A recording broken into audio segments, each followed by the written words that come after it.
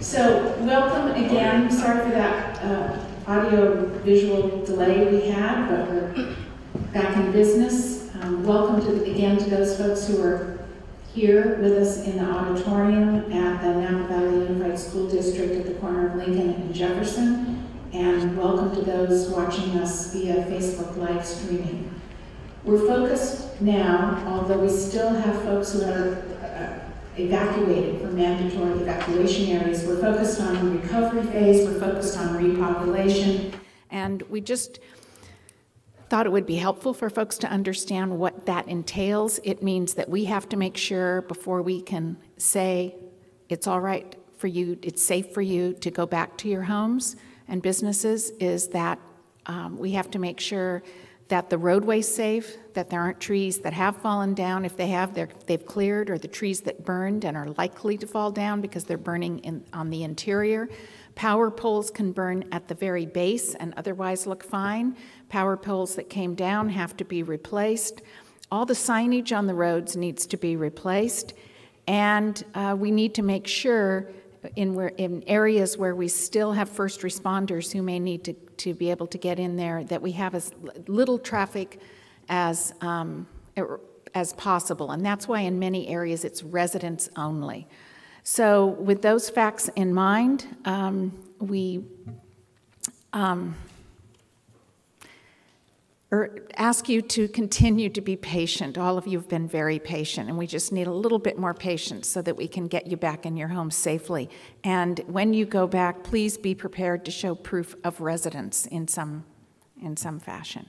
And with that, I'll turn it over to, I would never sit next to our congressman and say the most important person here is Fire Chief Bierman. Oh, but I second that. Yeah, but definitely for purposes of today's community meeting, Barry Bierman, our Fire Chief. I'll defer to Barry anytime.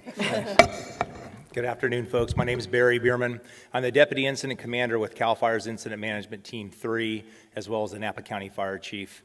And our team's directly responsible for overseeing the Atlas Fire, as well as the western side of the Napa Valley and that portion of the Nun Fire.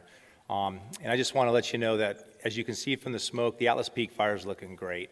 We're making tremendous progress there. Containment continues to grow. We were at 51,000 acres, and a little over 51,000 acres, 56% contained this morning. Those containment numbers will continue to grow as we continue to secure those lines. That doesn't mean the rest of the fire is moving anymore. I expect little to no more movement. It means that we're actually guaranteeing that it's been mopped up, as we call it, a couple hundred feet interior to make sure nothing can get out and allow that fire to continue to grow. But we expect, if conditions remain the same, little to no additional growth. If those numbers on acreage change, it's really going to be just due to better mapping.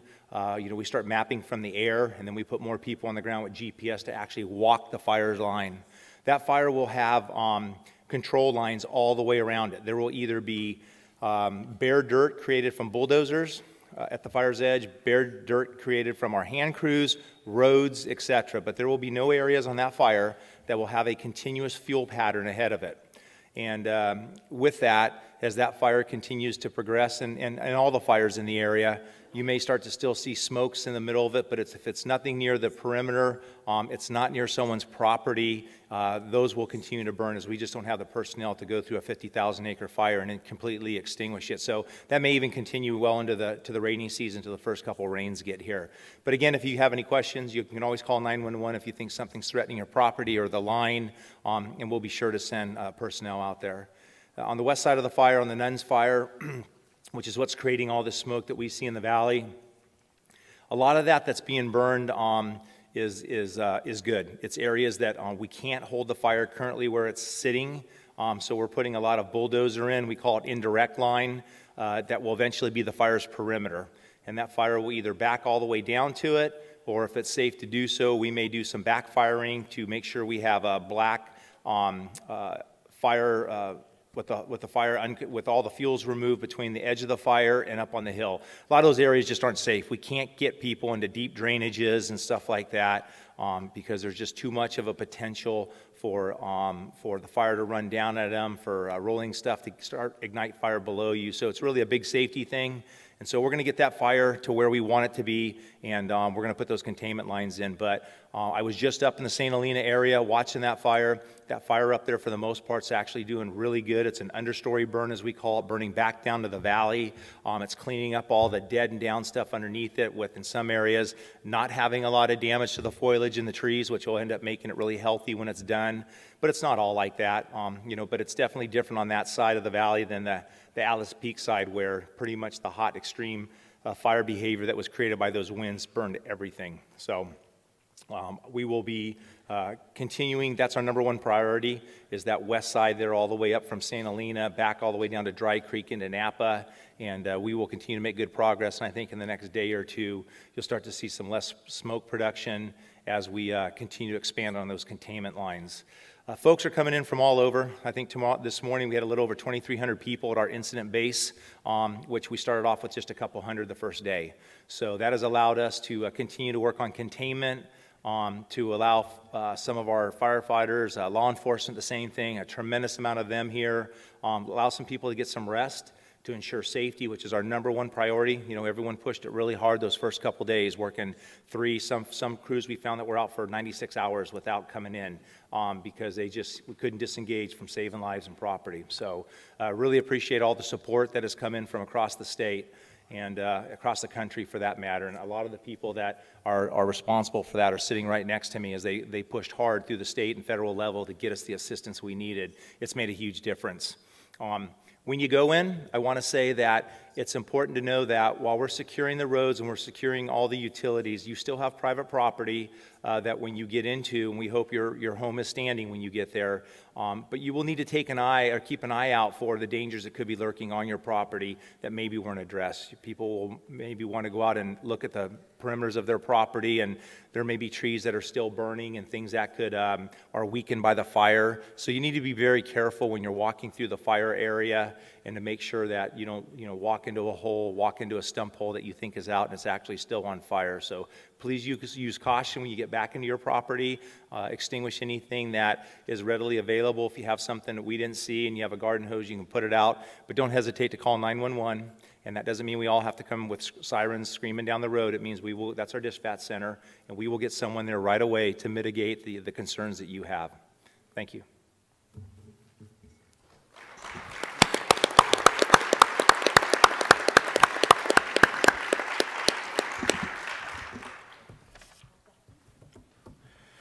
Thank you, Chief, and it's getting hard to follow you because you do such a great job of communicating, but we are just so proud of all the work you've done, from the mutual aid to being on the ground. We're very lucky to have you, so thank you for all that. As a county, it's great to be here today and start talking about recovery, and as we transition to recovery, notwithstanding that there's still a lot of work to do. We're still assessing the damage, especially in District 4. We had a lot of damage, loss of homes. People are at different phases of recovery. But what we can say is we're not going to go anywhere. The work that you see, just because you may not see the press conferences or the community meetings, does not mean the work is happening. We're transitioning to opening up a local assistance center where we're going to make sure that folks have the information and the resources they need. We're also going to make sure that folks are connected to the right sources of information as well. Unfortunately, we've done this before, whether it's earthquake or flooding, so we do have the systems in place to make sure that we're taking care of people, we're answering your questions, and we're going to be here for you as we have this transition. For some of us, it might be a shorter recovery period. For others, it may be a longer recovery period, but it's okay. You have a great team of people that's here with you. And also, I do just want to say thank you for all the patience. I know it's a word we've used a lot lately, and we understand there's a lot of responsibility that comes with that, but we're committed to making sure people are back in their homes safely.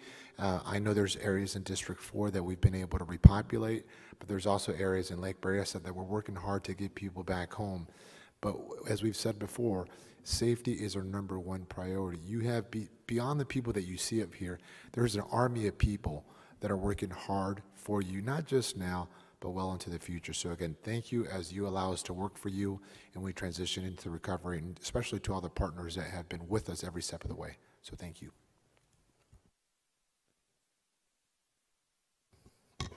Hi, everybody.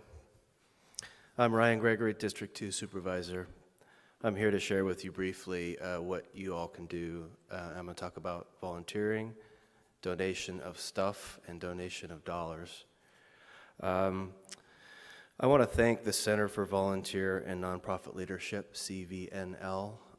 They're a local nonprofit. They came in and stepped up and offered to run our evacuation centers, but also to organize the efforts of all the volunteers here working in concert with the fire operations. The best way to volunteer is to stop over to the Napa Valley College, check in with CVNL. They'll register you and then tell you what you can do to help. So right now, that's the best thing I can offer. In terms of stuff, we're good for the moment. You heard that message this morning.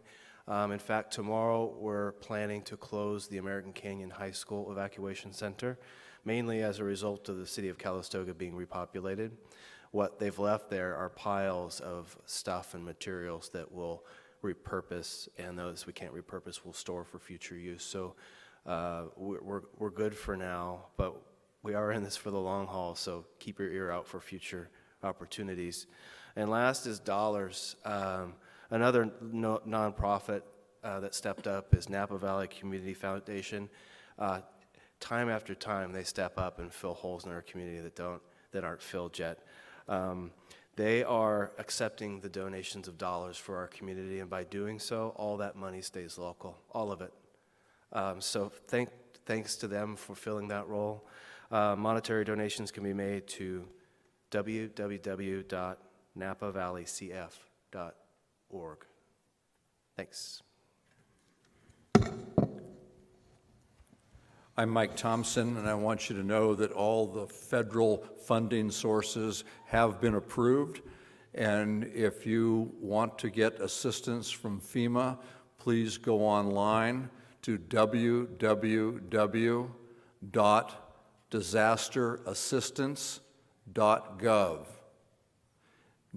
Probably next week, there'll be a local office opened up for local assistance. But in the meantime, www.disasterassistance.gov. Thank you.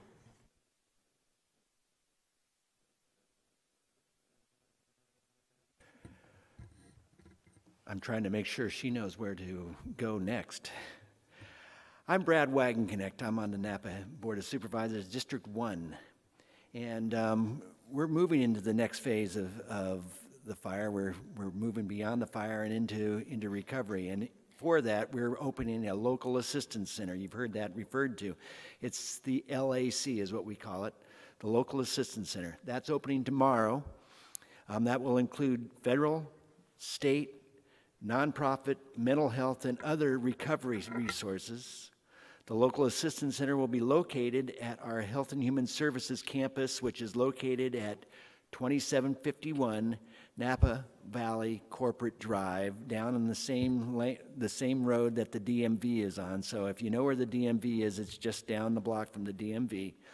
It is going to be in Building A, the conference center. There will be signs out to direct you there. The hours will be 9 a.m. to 7 p.m. Monday through Friday, and 10 a.m. to 5 p.m. Saturday and Sunday. I'm sorry, 10 a.m. to? 10 a.m. to 5 p.m. Saturday and Sunday. Thank you.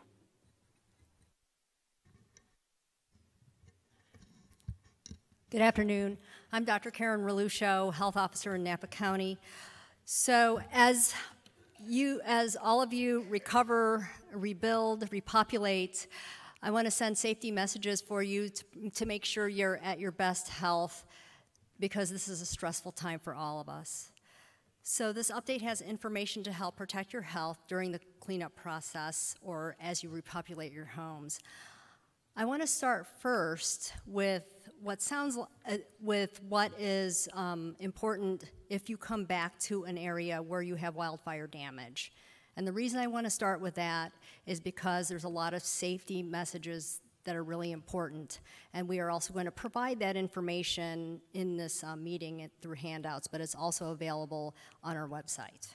So first, if you have a home that is damaged by wildfire, it is really important that if you go to your property, to look through, your belongings that are of sentimental value to you, that you're protected. So it is important to remember that the ash and all the debris, it's very toxic. Just imagine that you have lots of chemicals, you've got plastic, paint that was burned down, and that ash is not good for you. It can be hot, it could cause long-term health effects that are negative in the future, and you can also hurt yourself with the debris because there's some sharp objects in it. So if you go into your home, and it is important to have personal protective equipment, including an N95 mask, goggles, clothing that covers your arms and your legs, and heavy construction boots, and gloves that are thick, because you don't want to go through that and then end up having an injury. The other thing is that we strongly urge you not to remove any large debris, because this can release toxins into the air. Napa County will be providing more instructions on debris removal, including free resource removals from the state of California. So we're working with the state of California where they will actually remove debris and actually test your soil to make sure that there's no toxicity, and this is free of charge. So this is coming up soon, and more information will be forthcoming in the next few days. It is also important not to touch or remove any potentially hazardous or toxic material. So if you see a propane tank or batteries or something that's left over, don't touch it. We're working with our partners to develop a plan for hazardous and toxic material removal. So the first thing that's done is that a hazardous material sweep is done to remove that stuff before you get to it. So we will continue to provide information to all of you about hazardous and toxic material cleanup when it becomes available. The other thing to keep in mind is in properties that are burned out, there are potential ash pits, where those are areas that are hot, and sometimes septic systems actually melt and people can fall into their septic systems. So these are just things that to keep in mind. I think that so I'm going to talk about the more optimistic scenario. You come back to your home and it's still there.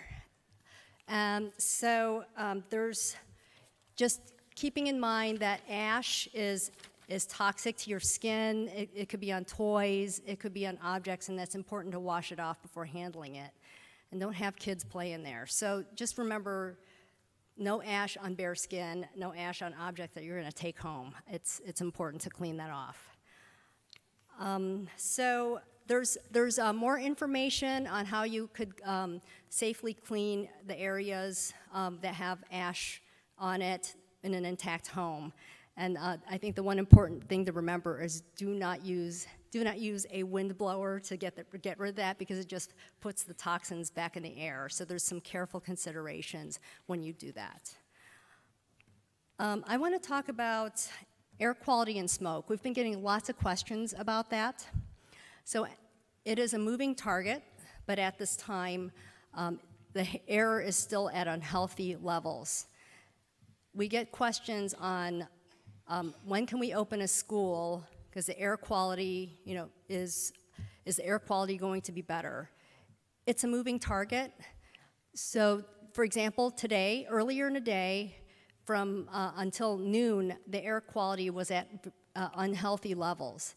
And then it cleared out to moderate levels, but it's going to change again. So it really depends on the weather. The other thing is the air quality index, which is part of the official website that we look at. There's been so many hits on that website that it actually crashed and doesn't have accurate information. So the best way to get your information is through the Bay Area Air Quality Management District. That's baaqmd.gov.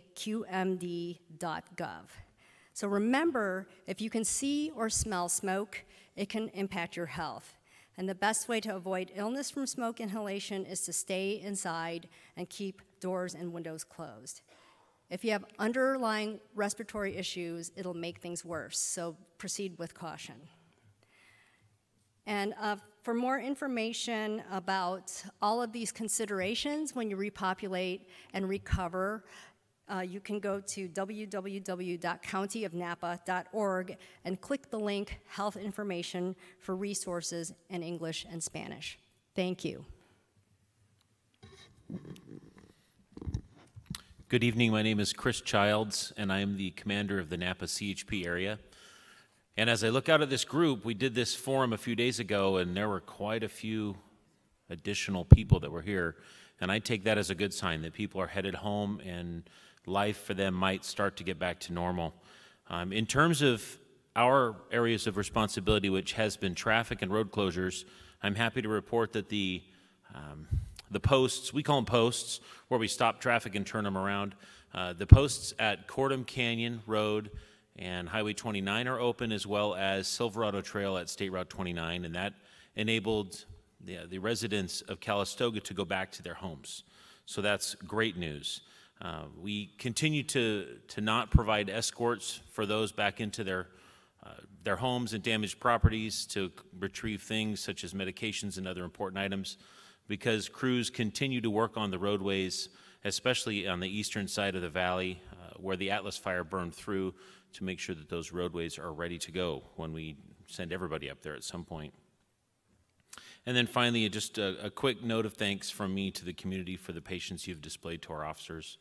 At both briefings, both 0600 and then 1800 hours, I give the briefings myself, and I remind my officers that this community is hurting and people have been displaced, and I encourage them to be kind. And I understand after speaking with my officers that while not everybody gives that, reciprocates that, most do, and I think that's a testament to Napa. So thank you for being kind to our officers as they are kind to you. So thank you.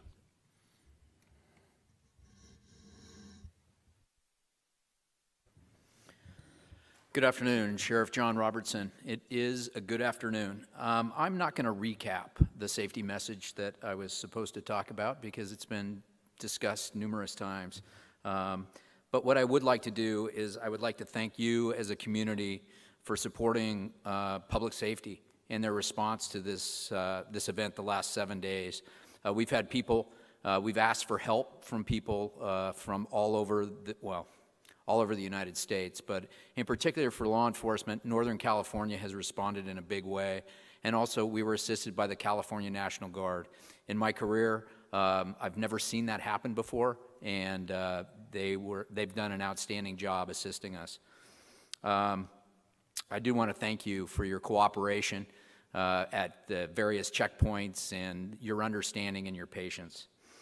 We are going to continue as we start into the recovery period of this incident. We are going to continue to patrol your neighborhoods, even as staff or officers return to their home departments.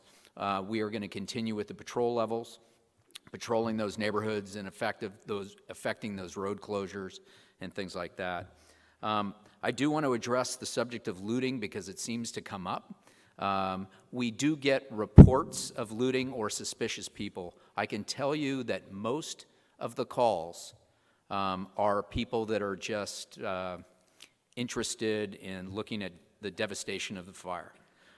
We are following up on those calls, and to date, we have made one arrest for somebody with some burglar tools. They weren't in the process of looting a home, but they had every intention to do that. So, or we feel comfortable that they have every intention to do that. I'm sure the district attorney's office will decide that. But anyway, I just want you to know that you're safe in your homes and you're safe on the roadways, and we're going to go ahead and keep taking care of you, and thank you very much.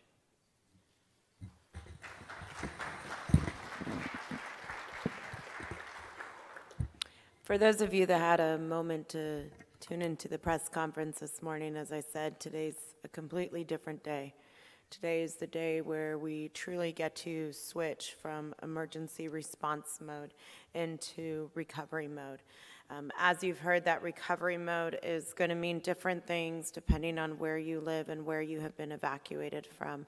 But I want you to know you have the support of all of Napa County. You have 1,500 Napa County employees behind you. You have your cities behind you. I'd like to thank Mayor Teckel and Chief Potter for being here with us. You have all your cities, municipalities behind you. You have all the mutual aid jurisdictions that are here helping us out, and you have a congressman that's working for you to make sure that the federal funding packages are in place. Our senator's not with us today. Our assembly member, Cecilia Aguiar Curry, is making sure that we coordinate well with Cal OES and those debris management plans, and making sure that we are well supported to respond in this recovery mode. There are a couple of things I wanted to share with you. One, PG&E, we continue to have some outages, but if you can check the PG&E website at www.pge.com.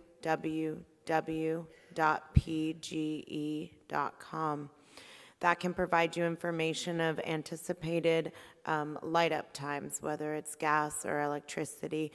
Keep in mind, it's not going to be instantaneous, and sometimes it could be a one-off house that's just not online yet. So be mindful of that. Check the PG&E website. Contact PG&E directly if you do have those concerns. Again, I just want to reiterate, I didn't anticipate that we'd be at this point, but we are. I get to say that we are in recovery mode. Our EOC will be winding down. Our evacuation centers themselves will wind down accordingly with the rollback of our mandatory evacuations. Those advisory evacuations in the city of Napa have been lifted, and we're happy to say that we will be with you now in a new capacity, in a rebuilding capacity, and proving that our resiliency is as great as we in fact believed that it was, and we will see you at our local assistance center.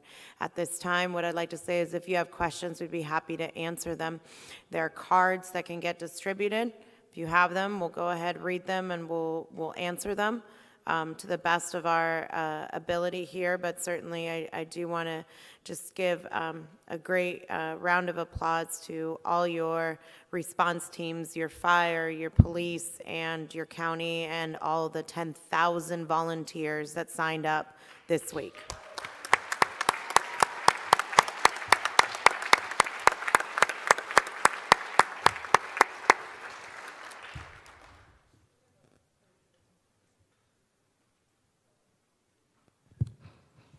Hello. Whoa. Hello.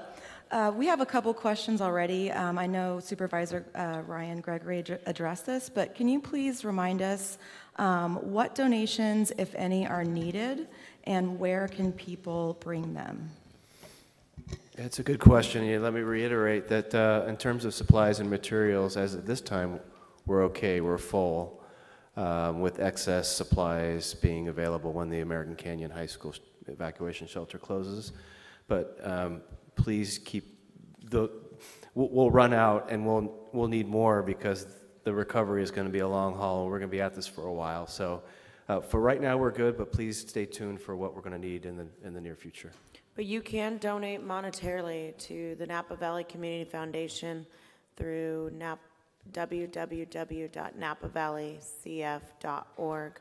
Also, CVNL is accepting $25 gift cards. Those are Visa, MasterCard, American Express, to be able to give evacuees for incidentals, even things as gas. Some people left without even a wallet, so that certainly is useful. But at this time, in-kind donations, take a pause, please.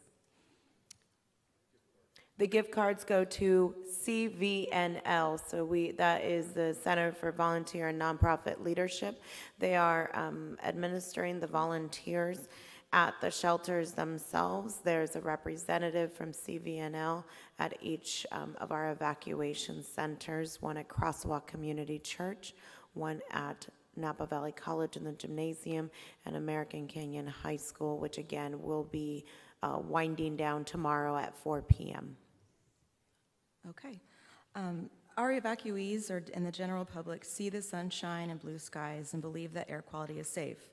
Can particulate N95 respirators be used even when there are clear skies? Should people stay inside? Doctor?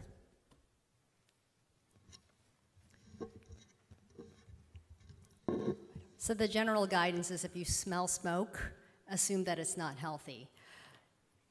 Monitoring air quality is really dynamic. So if you look at the Bay Area Air Quality Management District, hour by hour, and you look in the Napa area, earlier in the day, it was unhealthy, and then it became clearer, so it was moderate. So people that are in moderate situations are, it's people with underlying medical conditions that are severe, such as emphysema or severe asthma, that are more at risk. I think that it changes, though. So it changes, it can change hour by hour, and we could be going later into the night where the air quality is bad again. So the general gist is if you smell smoke, assume it's unsafe. In terms of mask use, masks do not, even N95 respirators are not foolproof. So if it's not fit tested, so healthcare providers get fit tested to prevent exposure to diseases such as tuberculosis or measles, and it's a specific fit. Most of the general public is not going to get fit for that. So if you have a beard, that's not going to seal. So the air, the particulate matter will go under the mask. In children, it's not a guarantee. So the best way to avoid it is actually to stay inside and to keep your doors and windows closed. I have a couple questions now. It's from the community asking about the status or update on the Circle Oaks community. The Circle Oaks community, you know, it looks really good. There was a lot of defensible work done there through the Napa Firewise and through the Fire Safe Council up there, and it really paid off. I flew over it 2 days ago. The fire, really no visible smokes anywhere around there. We have dozer lines constructed all the way around to keep the fire, if it were to flare back up, from that community. But Circle Oaks, we did not lose a single property in there, and it looks really good.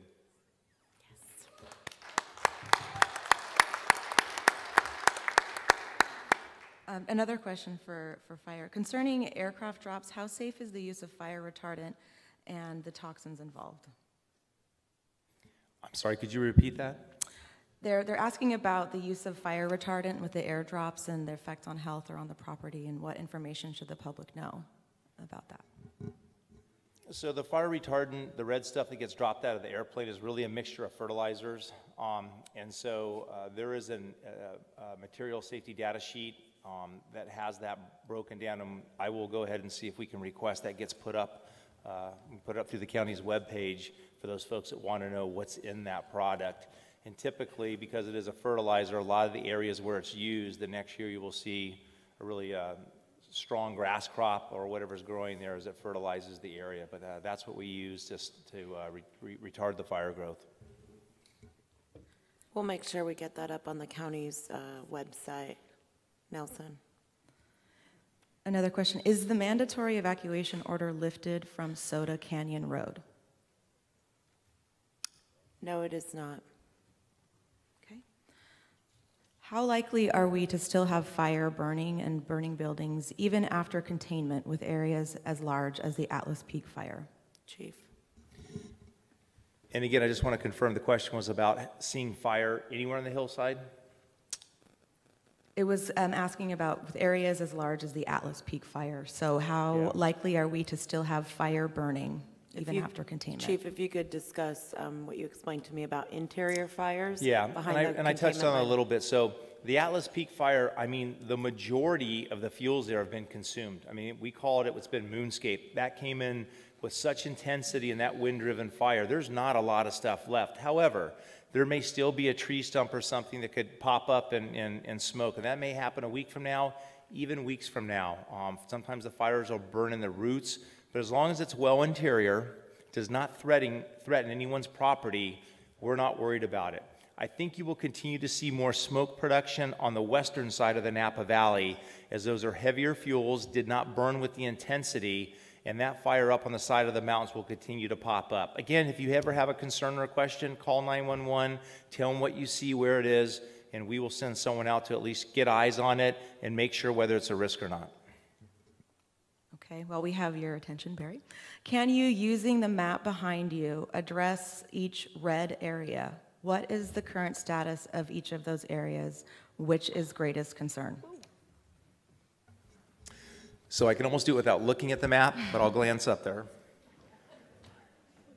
So all of that area up there, basically, the fire's looking really good in that Dry Creek Road area. The fire's backing down in many areas. It's just sitting right on the road. So that's going to be a little bit lower where those black circles are around Yountville. But you can see Dry Creek Road, and that's where the fire's hung up right now. The red circles to the north that are up there in the Rutherford area, that's where the fire's actively burning down from Mount St. John's, and it's continuing to back down. Bulldozers are cutting line below, and we are not attempting to put it out currently where it is. We need to get containment lines in place. We're using helicopters to slow it down, and then we will make a plan once we know we've got lines ahead of it where we're going to catch it. Some of it may be caught currently where it sits, especially if we're fortunate enough to have some rain later this week that's possibly on the radar. That could change some things, make it safe for us to get in there, but the area from St. Helena all the way down into Rutherford is our concern. I think Yountville and Dry Creek Road, that area is holding really good. And then we've got so many bulldozers up there. They're cutting all around off of the Oakville grade. Some of the areas we're putting direct fire line in, we're putting secondary lines in. In some places we're putting a third line in. But I feel very confident that fire will not be coming down into any structures off of that mountain based on our current conditions. Okay, before our next question, I'm going to make a brief announcement in Spanish. And if you would like to write your question in Spanish, you may do so and we can translate it. Si quieren escribir su pregunta en español, podemos traducirlo. Okay, so this person is still concerned about the Nun Fire. They live at 29 and Trower, and any chance it could get to the 29. I say there's very little chance of it ever making it to Highway 29 other than the areas of concern up on the Tubbs Fire. But down in the valley, the good news is we have a lot of vineyards that give us that extra protection between the vegetation and the highway. What we saw that first night and how the homes were consumed from home to home to home was a very rare event, and we do not expect that to occur again. And without that kind of intensity and wind, fire is not going to spread and run through our vineyards and hit our highways. And the fact is, that first night, I ordered 100 fire engines and all kinds of bulldozers in that first hour. We only have so many resources when these fires start. Well, now we have the cavalry here. We have everyone here. There's air tankers, there's helicopters. I just don't see that being an issue, and I think we're going to keep the fire, especially south of the Dry Creek area, pretty much in its current containment area. This question again is about Dry Creek. When will Dry Creek Road residents be able to go home? A timeline would be great. Well, we still have some work to do there. Again, we want everyone back in your house. I mean, the moment we get here, we want to do whatever we can to get you back on your properties, because you're also a set of eyes to make sure we don't have something smoldering next to your home. Dry Creek Road still has active fire backing down to the road. We're going to have to make some decisions about where it's going to stay. Is it going to stay at the road? And if it's not getting to the road fast enough that we can safely do it, we're going to go up and cut it out. They'll have to do some work up there with trees that are burning and falling to make sure it's safe.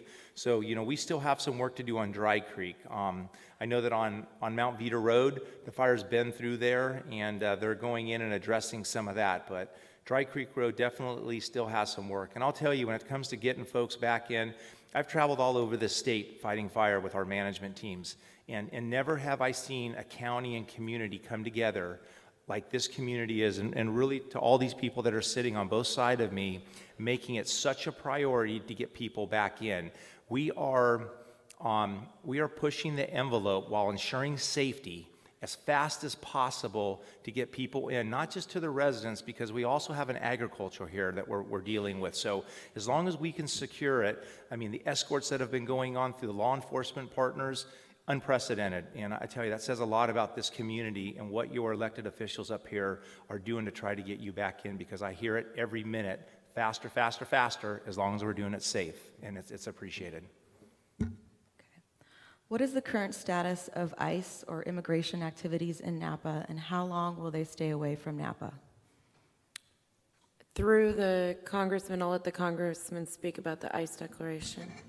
Well, I can tell you that ICE has suspended all operations in the affected fire areas, not just in Napa, but all the fire areas throughout the state. And they'll only be active if there's a serious criminal person that they're looking for. So as long as we have shelters, they'll be out of the shelters. As long as we're in this fire mode, they'll be out of here. And if that changes, I'll let everybody know. Okay. Another question. Just to reiterate, as far as our shelters go, we do not ask for immigration status. The information that we request from evacuees is name and location so that we can be able to account for them in the event of a missing persons report. We do not ask immigration status. That's none of our business. We are here to provide refuge in our evacuation centers, so everyone is welcome. Another question is, what is being done to reach the Latino community in Spanish? Everything. Could you tell us more? We have a website on the county's webpage that is a direct link of where every resource that we have has been translated into Spanish. Myself, along with Supervisor Pedroza, have spent more time in church this week than we probably have in a couple months. Hope your mom's not watching. And we have made sure that we reach out to the Latino community. We have been on KVON, KBBF, Radio Campesino, Univision, Telemundo, everything. This is a question about hazardous material removal. Can undocumented residents get the toxic or hazardous removal service for free? Certainly through the doctor's declaration of a public health emergency consistent with our already existing emergency declaration signed by our CEO and ratified by the board. There will be a debris management plan in place. Assemblymember Aguiar Curry and Senator Dodd are assisting us with Cal OES and making sure that we do have the resources in place. We are working on that process right now, but the short answer is yes. Okay. I have a question about water safety. Can we safely drink tap water now? All water has been proclaimed safe. The previously announced warning and just advisory from the city of Napa has been removed. Mayor Tekel, is there anything else you would like to add to that? We're good. Okay. We're good. Drink the water. But keep in mind, we have a lot of bottled water in town too, so you can use that. So Napa County was already struggling with keeping up with the community's mental health needs, especially for youth and children. Populations. What is the plan to add resources for our community after this disaster, specifically for mental health? Certainly, I know that Aldea will be having a presence and through the Unified School District to address the needs of our children. I have been told by Elizabeth that there will be, NVUSD will be placing counselors at each school site through this week as we get children back to school, and certainly, you know, that returning them to that normalcy and that normal schedule is certainly going to go a long way, but there will be resources at every single school site. Again, also there is the county's mental health. The county's mental health clinics are open at each of our evacuation centers. Mentis is also making themselves available, and they're reaching out as well as an available resource. So certainly there is, we do understand, we recognize, I personally recognize the need for making sure that everyone has the ability to reach mental health resources, and our local assistance center will be of aid in that as well. And Dr. Reluccio, I think you have the phone number for the mental health. Yes, there's a disaster distress helpline at 1-800-985-5990. It is bilingual. And you can also text "Talk to Us" to 66746. And then there's a website, www.disasterdistress.samhsa, that's S as in Gov.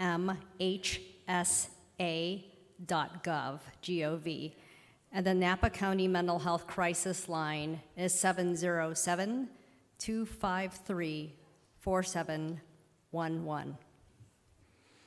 I have another question about health. What are the long-term dangers of living in an area with unhealthy or poor air quality? So before I punt that over to the doctor, I will say that we are going to have a large quantity, and by large I mean a few thousand, N95 masks arriving tomorrow. We're going to be working at the county to make sure that we make those available through our evacuation centers that are currently open, through our clinical services available through the county, but also working with our nonprofit partners, Puertas Abiertas, Cope Family Center, the Up Valley Family Center, and making sure that our residents have access to those masks. And I thank the Bierman family for their efforts and making sure that Napa County it gets to breathe a little lighter. Doctor. So just to reiterate the question, what are the long-term health effects of smoke exposure? Is that what the question is? Yes, living in an area with poor air quality, long-term effects. I think that I don't have the answer with me right in front of me. I think right now, I think the more immediate health effects are for people we call sensitive people. So it's people that are seniors, people with respiratory illness, and children. So I'm not as worried about the smoke exposure, because eventually that does go down. Once the winds blow it away, that's the bigger effect. It's for people that are repopulating homes that have ash on it or have a lot of debris. That's where I cannot emphasize enough that it's really important to really minimize exposure to that as much as you can, and wear protective equipment because of the chemicals that are concentrated in the ash and the debris. Some of what's in the air is pretty dilute compared to what's in the ground in debris that's a result of wildfire. Okay, I have a question about garbage service. Will there be extra garbage service? We were not mandatory evacuees, but we need to dump perishables and frozen foods, as we know power was out and the food thawed. I know if I could ask Mayor Tekel, and I'll repeat it to address the City of Napa and waste and recycling. I know that there has been coordination with Up Valley Recycling. There's no need for that for Recology, but Mayor, if you could perhaps, we're all good. We're gonna make sure it happens. Supervisor Pedroza, do you have any extra to add to that? I think we can make a call to our local waste provider, Okay. and I'm sure they'd be happy Cool. to. They did it with the earthquake. Cool. So they've been a great local partner. I know that it's already under the works in Up Valley, because we know that the residents of Calistoga certainly need to dump an entire refrigerator, and we'll make sure that how about that? We'll make sure we call. Nelson, add it to the list. The question is, we always seem to be in reactive mode when situations like this arise. Will you be organizing a forum at which people can present ideas for mitigating disasters like this in the future? One thing I can say is we prepare for this tremendously, and while at times it may seem reactive, that was certainly not for lack of preparation. It was because we were truly in life safety mode. I can tell you that with one flip of a switch, literally, our emergency operations center was operational. These vests that you see people wearing around, they were on in just a number of minutes. We got the call, and as supervisors, we started rolling in less than an hour and a half. Supervisors were showing up to their districts, to EOCs, even supervisors who were evacuated were showing up. So I can tell you, while it may seem that way, it certainly was not. That said, Napa County has done a tremendous job in preparing to deal with these disasters, but we always can learn lessons. always can learn lessons. So certainly with EOC staff, certainly with our partners in fire and law enforcement, and with our nonprofit community partners, we will be debriefing. We will be able to revise that playbook that we have on how we respond. We learned something really great, and I'll go ahead and acknowledge it, and that is we can't certainly be fully dependent on this, and that's why when we realized what happened to our cell service, we rolled back the clock and went to radio. And I am so grateful that our local stations were willing to indulge us and put up with all of us showing up nonstop to be able to provide that information, because that truly became our lifeline for those who were not connected through cellular activity or who lost power. So that will be one that will go in. We'll continue to make sure that we improve upon our responses. We can always do better, but I'll say I have never been more proud to say that I am from Napa. And I'd like to add a little bit about the fire response that happened. That fire grew so quickly, you know, we are always prepared for emergencies and fires, but we can only throw so many resources at it. I was one of the first ones to arrive at scene up on Atlas Peak Road, and I got up to about the 2700 block, and before I even got there, I actually called my boss and said, this is going to be a team fire. You could see how fast it was spreading. CHP helicopter reported, I believe, at 1 to 200 acres when they got over it shortly after it started. By the time I was headed back down Atlas Peak to get the incident command post established, it was well over 500 acres. At one point, the rate of spread on this was estimated to be at 200 feet a second. It was moving, and unfortunately why there was such damage and destruction. The Atlas Peak Fire Safe Council, the Soda Canyon Fire Safe Council has done so much work to prevent wildfires from starting. Defensible space, it was all in place. We had property owners, including the president of Napa Firewise, who had 300 feet of defensible space around his property and lost their home.